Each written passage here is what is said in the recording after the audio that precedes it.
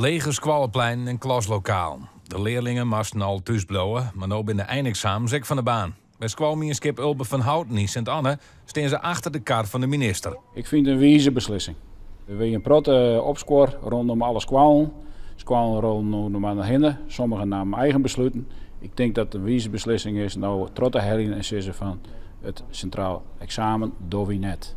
Dat betekent dat gewoon leerlingen al haast wist binnen van haar diploma. De squallen hopen dan ook op een percentage van 100% van slagen leerlingen. Er zijn een aantal leerlingen die staan er natuurlijk crescendo voor. Dus die hoeven net zo vol met te vrezen. Want daar kan, om het maar even heel plat te zeggen, een strikje omheen.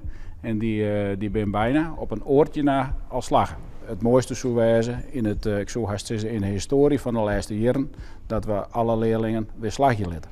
Maar voordat het Safir is, moeten er nog squalexamens maken worden. Zo, dan ik het hier voor je neerwijs. Oké. Je weet wat je moet doen? Ja. Top. Succes. En als je klaar bent, dan brengen we me naar beneden toe. Ja, is goed. Succes. Doei.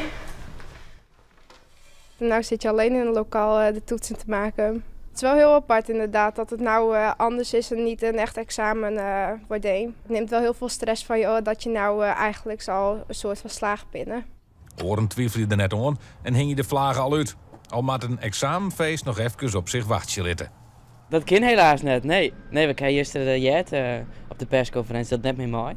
Maar het maakt het verder net zo vol uit. Want we moeten eerst nog maar even aanwachten als echt beslagen natuurlijk. Ik denk wel dat ik maar de klasse, want het is natuurlijk een hartstikke leuke klasse, wel gewoon een feestje in vieren natuurlijk om het einde. Ja.